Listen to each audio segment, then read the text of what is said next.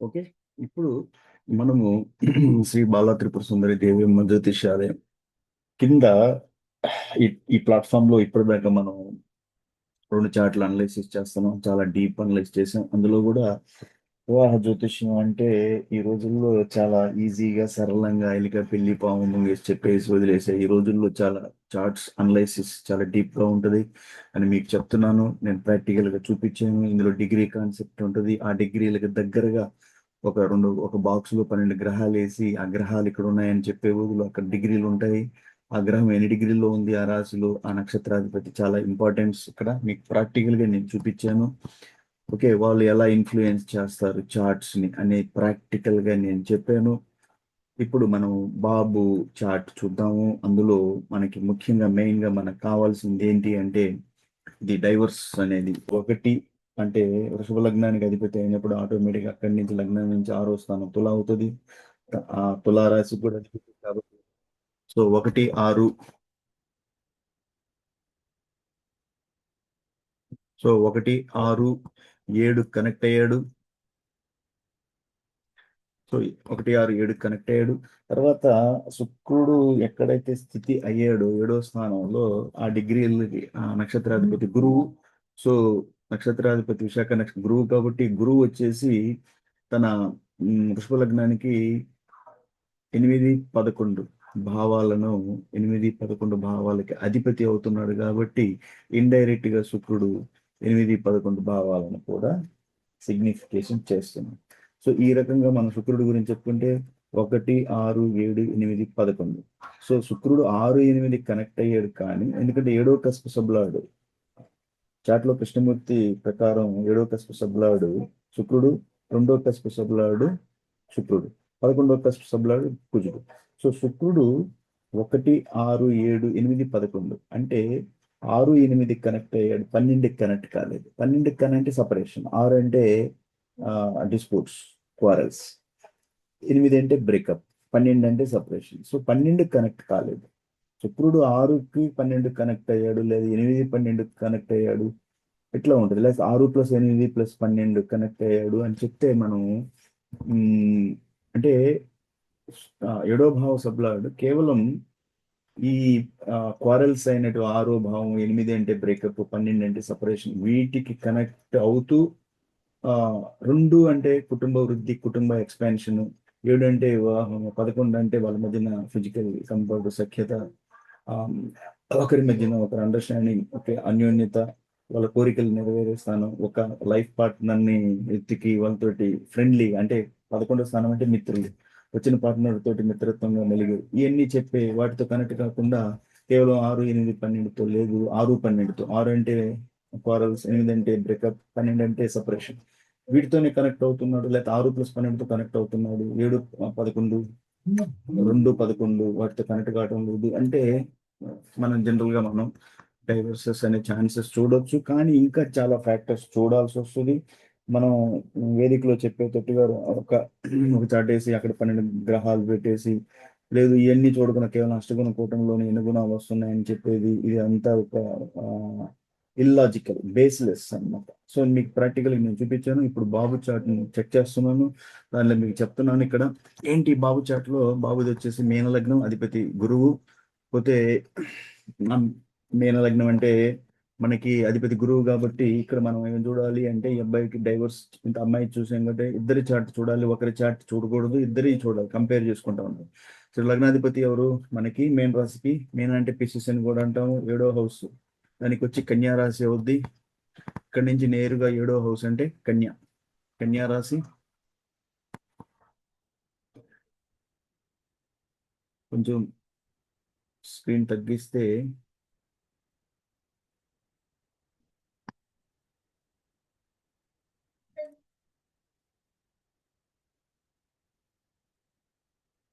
Okay. So ఇక్కడ నుంచి లగ్నం నుంచి 7వ స్థానం అంటే కన్య పడుతుంది. కన్యకి అధిపతి బుధుడు. ఓకే, ఈ బుధుడు ఏ నక్షత్రంలో ఉన్నాడు అనేది చాలా ఇంపార్టెంట్. తర్వాత పోతే చంద్రుడు వచ్చేసి మూలా నక్షత్రంలో ఉన్నాడు, గురు రాశిలో ఉన్నాడు, ధనురాశిలో, మూలా నక్షత్రంలో ఉన్నాడు. కాబట్టి మనం చాలా స్ట్రాంగ్ గా కేపీ మెథడ్ ప్రకారం సబ్లాడ్ లాజిక్ లో ప్రకారం చెక్ చేద్దాం. మొదట వచ్చేసి అబ్బాయి ఏడో హౌస్ అనలైజ్ చూసేటప్పుడు ఏడో భావం అంటేనే కన్యకి అధిపతి బుధుడు. ఓకే. తర్వాత పోతే బుధుడు ఎక్కడున్నాడు అంటే లగ్నం నుంచి చూసుకోవాలి. లగ్నం నుంచి మూడో స్థానం అయినట్టు వృషభంలో ఉన్నాడు. ఓకే. అది మూడో హౌస్. తర్వాత అంటే ఈ కనెక్టివిటీ చెప్తుంది. ఇవన్నీ ఎందుకు గుర్తుపెట్టుకోవాలంటే లగ్నం నుంచి ఏడో స్థానం అంటే ఏడో స్థానం అధిపతి ఎవరు, ఎక్కడ బుధుడు ఎక్కడ ఉన్నాడు అంటే ఏడో భావాధిపతి ఎక్కడ కనెక్ట్ అవుతున్నాడు, మూడో భావంలో ఉన్నాడు అంటే 7, 3 అట్లా కనెక్టివిటీ చూసుకుంటా రావాలి అనమాట. ఈయన 6, 8, 12కి కనెక్ట్ అవుతున్నారా, లేదు వివాహ స్థానాలైన మెయిన్ హౌస్ 7, 2, 11 కనెక్ట్ అవుతుంది, ఇట్లా చూసుకోవాలి. సో ఏడో హౌస్ సబ్లాడ్ బుధుడు కాబట్టి బుధుడి పొజిషన్ వచ్చేసి టౌరస్ అంటే వృషభ రాశిలో మూడో హౌస్ లగ్నం నుంచి. తర్వాత పోతే ఈ బుధుడు ఏ నక్షత్రాల్లో అన్నాడని చాలా ఇంపార్టెంట్. ఆ నక్షత్రాలు వచ్చేసి బుధ నక్షత్రాలు. బుధుడు వచ్చేసి ఏ రాశిలో ఉన్నాడు, 3లో ఉన్నాడు, వృషభ రాశిలో ఈ డిగ్రీల్లో ఉన్నాడు. ఈ డిగ్రీలకు అధిపతి బుధుడు వచ్చేసి రోహిణి నక్షత్రమైన రోహిణి నక్షత్రాధిపతి దగ్గర బుధుడు స్థితి అయి ఉన్నాడు. రోహిణి నక్షత్ర అధిపతి బుధుడు రోహిణి నక్షత్రం ఇక్కడ ఉన్న డిగ్రీలను బట్టి రోహిణి నక్షత్రాధిపతి అంటే రోహిణి నక్షత్రాధిపతి చంద్రుడి అధీనంలో ఉన్నాడు. సో మనకి తర్వాత దీన్నే మనము మూన్ స్టార్ అంటే చంద్ర నక్షత్రం అంటాం. ఓకే. సరే, ఇప్పుడు మనం చూసుకోవాల్సింది ఏంటంటే బుధుడి సిగ్నిఫికేషన్స్ చూడాలి. బుధుడు వచ్చేసి ఈ మీన లగ్నానికి బుధుడు ఏ భావాలకు అధిపతి అవుతున్నాడు, 4, 1, 2, 4 మిథునానికి ప్రతి కన్యకి అధిపతి.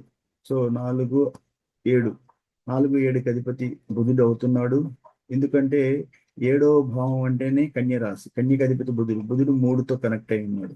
పోతే నక్షత్రాల్లో రోహిణి నక్షత్రానికి కనెక్ట్ అయి ఉన్నాడు.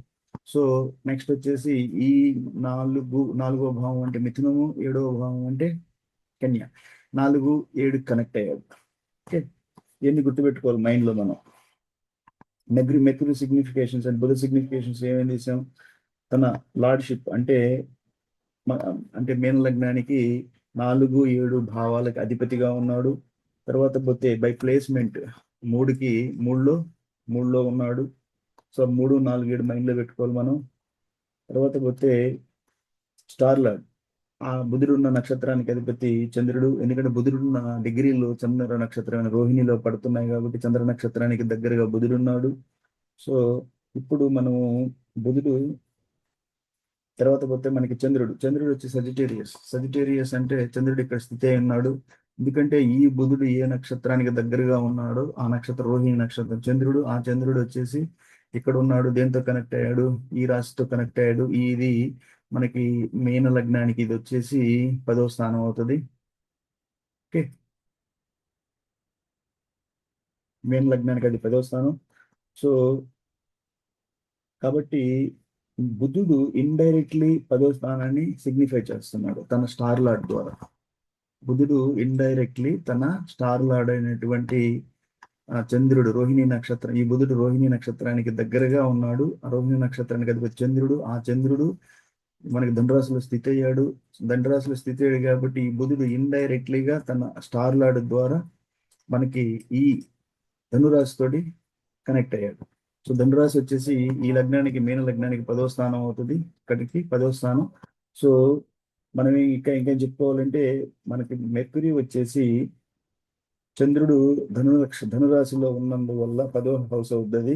కాబట్టి మెర్క్యూరీ బుధుడు ఇండైరెక్ట్ గా వచ్చేసి 10వ భావంతో సిగ్నిఫికేషన్ ఉంది ఆయనకి. సో చంద్రుడికి తన రాశి, చంద్రుడు ఏ రాశి, లగ్నం నుంచి చంద్ర రాశి 5 కర్కాటకం. So 5th house. తర్వాత పోతే ఈ రకంగా మనకి 7వ భావం సబ్లాట్, ఎందుకంటే వివాహానికి 7వ భావం చూస్తారు కాబట్టి 7వ భావానికి ఇంత కనెక్షన్ చూసుకోవాలి. 7వ భావం అంటే మన కన్యారాశికి అధిపతి బుధుడు ఇక్కడ 3వ భావంలో స్థితి అయ్యాడు కాబట్టి బుధుడు 3వ భావంతో కనెక్ట్ అయ్యాడు. తర్వాత ఈ బుధుడు ఉన్న డిగ్రీలను బట్టి బుధుడు 3వ భావంతో కనెక్ట్ అయ్యాడు. వృషభ రాశిలో ఉన్నాడు. ఈ డిగ్రీలకి మనకి ఏ నక్షత్రం? రోహిణి నక్షత్రంలో బుధుడు. రోహిణి నక్షత్రం నక్షత్రాధిపతి బుధుడు గ్రహము, గ్రహాధిపతికి నక్షత్రం. రోహిణి నక్షత్రం దగ్గరగా ఉన్నాడు చంద్రుడు. చంద్రుడు వచ్చేసి మనకి 10వ స్థానంలో ధనురాశిలో ఉన్నాడు. ధనురాశి అంటే గురువు అధిపతి. ఈ 10వ భావంతో కనెక్ట్ అయ్యాడు. బుధుడు ఇండైరెక్ట్ గా తన నక్షత్రాధిపతి చంద్రుడి ద్వారా 10వ భావంతో కనెక్ట్ అయ్యాడు. సో ఇట్లా మనం అన్ని చూసుకొని ఫైనల్ గా తర్వాత పోతే ఈ చంద్రుడి రాశి అధిపతి లగ్నాన్ని నుంచి 5 కర్కరాశికి అధిపతి చంద్రుడు. సో బుధుడు ఎక్కడెక్కడ కనెక్ట్ అయ్యాడు? 1, 7. ఓకే. తర్వాత పోతే ఈ 4కి అధిపతి 4, 7, 3తో కనెక్ట్ అయ్యాడు. పోతే 3, 4, 7. తర్వాత పోతే బుధుడు తన నక్షత్రం ద్వారా రోహిణి నక్షత్రం చంద్రుడి ద్వారా 10కి కనెక్ట్ అయ్యాడు. సో 10. తర్వాత పోతే చంద్రుడి రాశి కర్కం 5. ఈ రకంగా కనెక్ట్ అయ్యాడు. సో ఈ రకంగా మెర్కురీ ఏ భావాలను సిగ్నిఫై చేస్తారంటే 3 అక్కడ స్థితి అయ్యాడు. 4 ఇక్కడ రాశి అధిపతి. 7 రాశి అధిపతి. 4 మిథునానికి అధిపతి. 7 కన్యకి అధిపతి. సో 3, 4, 7 తన నక్షత్రం ద్వారా తన నక్షత్రాధిపతి చంద్రుడి ద్వారా 10. తర్వాత ఆ చంద్రుడి స్థితి చంద్రుడి రాశి 5. ఈ రకంగా 3, 4, 3, 4, 5, 3, 4, 5, 7, 10 ఇన్ని భావాలకి బుధుడు 7వ భావం అంటే వివాహ స్థానాధిపతి కనెక్ట్ అయ్యాడు. ఇక్కడ ఏంటంటే ఎక్కడ కూడా మనకి 6, 8, 12కి కనెక్ట్ కాలేదు. ఎక్కడ ఇది ఇంపార్టెంట్ అన్నమాట. ఈ 7వ భావ అధిపతి ఎక్కడ కూడా 6 అంటే సింహరాశి, 8 అంటే ఇక్కడ కనెక్ట్ కాలేదు బుధుడు. ఎందుకంటే 8కి లేడు. 8 కనెక్టివిటీ లేదు. ఓకే. తర్వాత పోతే 12 అంటే లగ్నానికి 12వ స్థానం అంటే కుంభస్థానం. దానివల్ల మనం ఇంకొకటి వచ్చేసి 6, 8, 12 ఇన్వాల్వ్మెంట్ ఎలా చూస్తామంటే 6వ భావం అంటే మనకి 6 సింహం. ఓకే. 6వ భావం సింహం అధిపతి సూర్యుడు మనకి 3వ భావంలో ఉన్నాడు. సూర్యుడు మూడవ భావంలో ఉన్నాడు. 8వ భావానికి అధిపతి శుక్రుడు అంటే తులారాశి. శుక్రుడు ఎక్కడ ఉన్నాడు? శుక్రుడు వచ్చేసి 2లో ఉన్నాడు. లగ్నం నుంచి 2వ భావంలో ఉన్నాడు. సో మేషంలో ఉన్నాడు. తర్వాత పోతే 12వ హౌస్ వచ్చేసి మనకి అక్వేరియస్ కుంభ అవుతుంది. మనకి శనీశ్వరుడు వచ్చేసి 2లో ఎక్కడ ఉన్నాడు? శనీశ్వరుడు 12లో ఉన్నాడు. సో 12లో ఉన్నందువల్ల అక్వేరియస్ కుంభంలో ఉన్నాడు. కాబట్టి ఇప్పుడు 7th కస్ప్ సబ్లార్డ్ ఎవరెవరు కనెక్ట్ అవుతున్నాడో చూసుకోవాలి. 7th కస్ప్ సబ్లార్డ్ ఎవరికి కనెక్ట్ అవుతున్నాడు అంటే 7th కస్ప్ సబ్లార్డ్ వీళ్ళకి Rahu. 7th cusp sublord Rahu. Okay. 7వ భావం సబ్లార్డ్ రాహు. సో 7వ భావం సబ్లార్డ్ రాహు, 2వ భావం సబ్లార్డ్ చంద్రుడు. పోతే 11వ భావం సబ్లార్డ్ మనకి కేతు. సో 7వ భావం సబ్లార్డ్ రాహు వీళ్ళకి ఎవరెవరితో కనెక్ట్ అవుతున్నాడు అనేది చూడాలి. కనెక్టివిటీ ఉందా మనకి?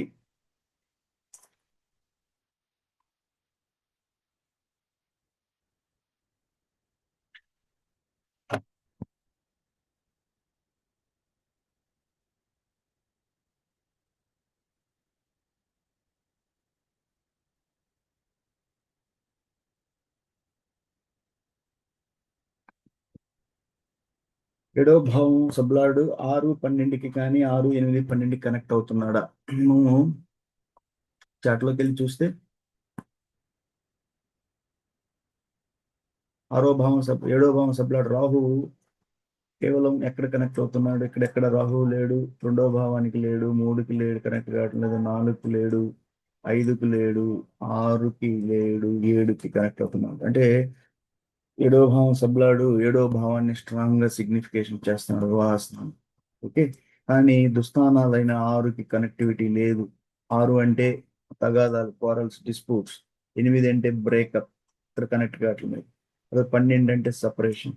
కానీ తను కేవలం వచ్చేసి 7 అంటే వివాహ స్థానాన్ని అంటే ప్రామిస్, వివాహం ప్రామిస్డ్, సపరేషన్ యోగాలు దుస్థానాలకు కనెక్టివిటీ లేదు. ఓకే, దీన్ని బట్టి మనకి ఏడో కస్ప్ సబ్లాడు 6-12కి కనెక్ట్ కావటం లేదు. పోతే 6-8-12, 6 అంటే తగాదాలు, 12 అంటే సపరేషన్, 6+8+12 8 అంటే బ్రేకప్. ఇట్లా కనెక్ట్ కావటం లేదు కాబట్టి మనకి ఇలాంటి వీటిని బట్టి మనకి ఏంటంటే వీళ్ళకి అలాంటి కనెక్టివిటీ ఏమీ లేదు. తర్వాత పోతే శని వచ్చేసి 12వ హౌస్ లో, శని 12వ హౌస్ లో ఉన్నాడు, 12లో ఉన్నాడు శని. శని 12వ హౌస్ లో స్థితి అయ్యాడు. 12వ హౌస్ లో స్థితి అయితే లగ్నం నుంచి 12లో అక్వేరియస్ కుంభంలో స్థితి అయ్యాడు. సో మనకి దాన్ని బట్టి ఏమవుతుందంటే కొంచెం ఎమోషనల్ గా జనరల్ గా డిస్టెన్స్ ఉంటది. అది మనకి లిటిల్ బిట్ క్వారల్స్ వల్ల. సపరేషన్ అనేది టెంపరీగానే ఉంటది కానీ that is not final. General గా కొంచెం కమ్యూనికేషన్ దాన్ని మనం మెయింటెనెన్స్ చేసుకుంటే కోల్డ్ వార్ అనేది లేకుండా ఉంటది. వెంటనే ఎప్పుడన్నా చిన్న చిన్న అలకలు ఉన్నప్పుడు వెంటనే కమ్యూనికేషన్ తోటి కనెక్టివిటీ చేసుకుంటూ ఆ గ్యాప్ ఉండకూడదు, గ్యాప్ తెచ్చుకోకూడదు. ఆ గ్యాప్ లో పెద్దలు దూరి నెగిటివ్ గా వాళ్ళకి సపోర్ట్ చేయకూడదు, పాజిటివ్ సపోర్ట్ ఉండాలి. చాలా వరకు కుటుంబాల్లో నేను మ్యాచెస్ లో ఏం చూస్తున్నా అంటే నెగిటివ్ గా నెగిటివ్ గా వాళ్ళని ఇన్ఫ్లుయెన్స్ చేస్తూ ఉంటారు. అది నాకు ఇష్టం ఉండదు. ఇలాంటి సిచ్యువేషన్స్ లో మీరు ఏం చేయాలంటే వాళ్ళకి మెంటల్ సపోర్ట్ ఇవ్వాలి. ఇఫ్ ఎనీ అలాంటి ఏమైనా జరుగుతూ ఉంది అన్నప్పుడు వాళ్ళిద్దరి మధ్యన ఏమన్నా మీకు అలాంటి ఏమన్నా ఉంటే జనరల్ గా ప్రతి ఇంట్లో ఉంటాయి. లేకుండా మీ తల్లిదండ్రులను అడగండి. వాళ్ళకి 30-40 సంవత్సరాల పెళ్లి ఇప్పుడు అయి ఉంటది. ఈ ఈ దీంట్లో వాళ్ళు ఎప్పుడూ కూడా అరుచుకోకుండా, తగాదాలు లేకుండా అమ్మ పుట్టింటికి వెళ్ళడం ఇలా మళ్ళీ తిరిగి రావడం ఇలా జరుగుతూ ఉంటాయి. మరి కలిసిమెలిసి సాగుతూ ఉంటారు. సో ఆ గ్యాప్ అనేది కమ్యూనికేషన్ తోటి ఫిల్అప్ చేసుకొని ఒకవేళ చిన్న చిన్న ఈగో క్లాషెస్ అలాంటివి వచ్చాయి అనుకున్నప్పుడు ఆ డిస్టెన్స్ ఎమోషనల్ గా కొంచెం దూరం అయినప్పుడు మీరు ఏంటంటే టెంపరీగా కొంచెం దూరంగా ఉన్నప్పుడు ఆ తల్లిదండ్రులు చాలా పాజిటివ్ రెస్పాన్స్, పాజిటివ్ ఇంటర్ఫరెన్స్ ఉండాలి. కానీ నెగిటివ్ గా చాలా మంది తల్లిదండ్రులు చేస్తారు. అందుకనే ఆ తల్లిదండ్రులదే పాత్ర అక్కడ. సో కోల్డ్ వార్ లేకుండా చూసుకోవాలి. కాబట్టి కానీ సాటర్న్ వచ్చేసి సెవెంత్ కస్ప్ సిగ్నిఫికేటర్ అంత స్ట్రాంగ్ గా సిగ్నిఫికేటర్ ని అంత స్ట్రాంగ్ గా ఆయన డైరెక్ట్లీ ఏం చేయడం లేదు. అది కూడా చూద్దాము. సెవెంత్ కస్ప్ సబ్లాడ్ ఎవరిని, హెడో భావం. ఏడో భావాన్ని శని వచ్చేసి ఎక్కడెక్కడ కూడా స్ట్రాంగ్ గా శని శని వచ్చేసి స్ట్రాంగ్ గా 9వ భావంలో సిగ్నిఫికేటర్ గా అయ్యాడు. పోతే ఇక్కడ 1వ భావంలో సిగ్నిఫికేటర్ అయ్యాడు. కానీ మనకి 7వ భావానికి ఎక్కడ కూడా డామినేట్ చేయలేదు. ఇక్కడ రాహువే ఎక్కువ డామినేట్ చేస్తున్నాడు. ఏడో కస్ప్ సబ్లాడ్ 7 ఇక్కడ సిగ్నిఫికేషన్ ఎక్కువ చేస్తున్నాడు. పోతే శని శనీశ్వరుడు ఏడో సెవెంత్ కస్ప్ 7వ భావాన్ని అంత స్ట్రాంగ్ గా సిగ్నిఫికేట్ చేయటం లేదు. కాబట్టి ఇది డైవర్స్ అనేది అంత సర్టనిటీ ఉండదు. సో కండిషన్స్ మనం చూసినాం కాబట్టి అబ్బాయి చార్ట్ లో గ్రూమ్ చార్ట్ చూసినప్పుడు మనకి ఏమనిపిస్తుంది అంటే ఏడో సబ్లార్డ్ కనెక్టివిటీ, సిక్స్త్ కనెక్టివిటీ ఉందా? ఏడవ సబ్లార్డ్ రాహుకి సిక్స్త్ కనెక్టివిటీ లేదు. పోతే no. So seventh cusp sublord రాహుకి ఎయిత్ తో కనెక్టివిటీ ఉందా? నో, లేదు. ఎయిత్ తో ఏ విధంగా లేదు. సో 11th ఇన్వాల్వ్మెంట్ ఉందా? 11th ఇన్వాల్వ్మెంట్ అంటే 11th ఇన్వాల్వ్మెంట్ అగ్రిమెంట్ మూన్ తర 11th అగ్రిమెంట్ ఉంది. ఎందుకంటే వయా మూన్ ఇన్ఫ్లుయెన్స్. ఎందుకనంటే మనం చూసిన చార్ట్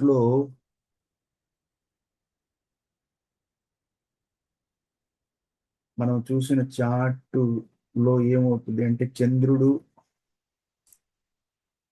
వచ్చి బుధుడు చంద్ర నక్షత్రంలో ఉన్నాడు. రోహిణి నక్షత్రంలో ఆ డిగ్రీలను బట్టి చంద్రుడు వచ్చి తన ఈ భావంలో ఉన్నాడు. ఏ భావము? గురు. సో ఈ గురు వచ్చేసి తన లగ్నానికి కూడా అధిపతి గురువే. ఓకే.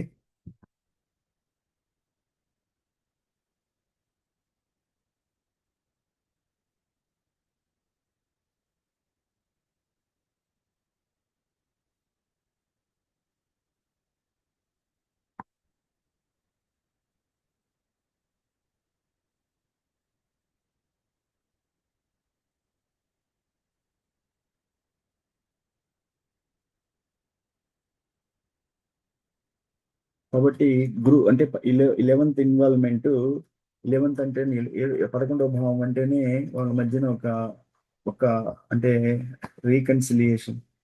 అంటే 11వ భావం ఏం చెప్తుంది అంటే వాళ్ళ మధ్యన కోరికలు ఫుల్ఫిల్మెంట్ ఆఫ్ డిజైర్స్, తర్వాత కూడా సఖ్యత అంటే కంఫర్ట్ ప్లస్ అన్యోన్యత అనేవి కూడా 11వ భావం చెప్తుంది. అయితే ఇంకా మిత్రులు అంటే వివాహం తర్వాత ఒక లైఫ్ టైం పార్ట్నర్ తోటి ఫ్రెండ్షిప్ అనేది బై మిత్రత్వం ఫ్రెండ్షిప్ తోటి చెప్పేది కూడా 11వ భాగమే. కాబట్టి ఈ 11వ భావం ఇన్ఫ్లుయెన్స్ ఉంది కాబట్టి 11 స్ట్రాంగ్ గా ఇన్ఫ్లుయెన్స్ త్రూ మూన్ అన్నమాట, చంద్రుడి ద్వారా ఇన్ఫ్లుయెన్స్ ఉంది కాబట్టి మనకి ఇప్పుడు ఈ రెండు కంబైన్ చేసుకుంటే మనకి ఏమవుతుందంటే బ్రేకప్ యోగం అనేది ఉండదు. ఎందుకంటే అమ్మాయి అబ్బాయి చాట్లో నేను రెండు విడిగా చూసినప్పుడు 6, 8 కనెక్షన్స్ సెవెంత్ కస్ప్ సబ్లాడికి లేవు. ఓకే, కానీ 6, 8 కనెక్షన్స్ సెవెంత్ కస్ప్ సబ్లాడికి లేవు. పోతే 12వ హౌస్ కూడా లేవు, కానీ 11వ హౌస్ కి స్ట్రాంగ్ గా ఉన్నాయి. కాబట్టి మనం రీకన్సిలియేషన్ ఫ్యాక్టర్ ఉంటది. 6, 8 అనేది మనం ఎక్కడ చూడలేదు. ఇక్కడ చెప్పుకున్న వాటిల్లో నేను 7వ భావం సబ్లాడు. ఓకే, ఎందుకంటే బుధుడు వచ్చేసి 3, 4, 5, 7, 10కి సిగ్నిఫై చేశాడు. కాబట్టి 6, 8, 12కి డైరెక్ట్ సిగ్నిఫికేషన్ ఎక్కడ లేదు 6. ఓకే, సో ఇంకా మనం చెప్పుకునే ఏంటంటే